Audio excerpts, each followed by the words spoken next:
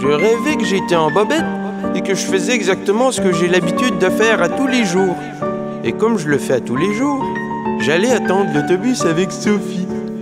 Sophie, qui a de splendides cheveux en vague et de merveilleux yeux pères, et que je saurai un jour ravir des bras de son petit copain. Mais tout vient à point qui sait attendre. Comme à l'habitude, je la saluais. Mais voilà, ayant vu une atteinte à sa pudeur dans le fait que je sois en bobette, il me décocha un crochet de la droite dont elle seule a le secret. Blessé dans mon orgueil, ça m'a pris tout mon sang-froid pour ne pas fondre en larmes. Mais après tout, les grands garçons ne pleurent pas, et c'est la tête haute que je m'en retournais chez moi. Comme je réfléchissais, je me suis dit que mes intentions avaient été beaucoup trop sévèrement punies, et je n'avais envie que de jouer un seul tour à Sophie.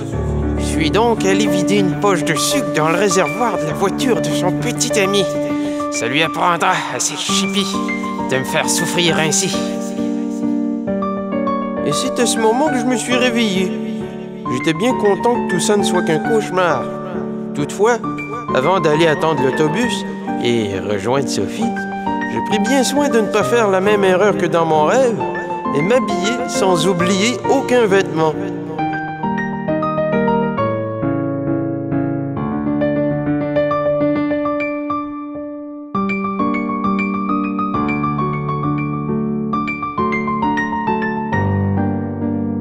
Je rejoignis donc Sophie et la saluai. Heureusement, elle me renvoya mes salutations.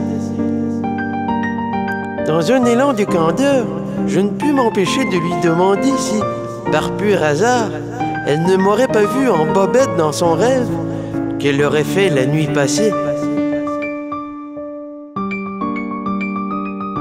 Elle m'éclata de rire au visage et me dit qu'il y avait au moins une bonne centaine de personnes qu'elle préférerait voir en bobette dans ses rêves avant moi. Et elle se mit à tous les énumérer par ordre alphabétique.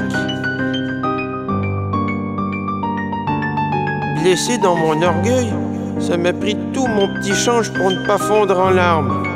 Mais après tout, les grands garçons ne pleurent pas, et c'est la tête haute que je m'en retournais chez moi.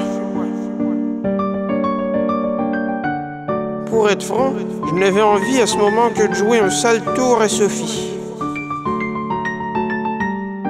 Je suis donc allé vider une poche de sucre dans le réservoir de la voiture de son petit ami. Ça lui apprendra à cette chippie de me faire souffrir ainsi. Et c'est à ce moment que je me réveillai. Ce n'était encore là qu'un mauvais rêve. Cette fois, je pris bien soin de ne pas faire la même erreur que dans mon rêve et m'habiller sans oublier aucun vêtement. Après brève réflexion, je ne suis pas allé attendre l'autobus. Même plus, je ne suis pas allé travailler du tout.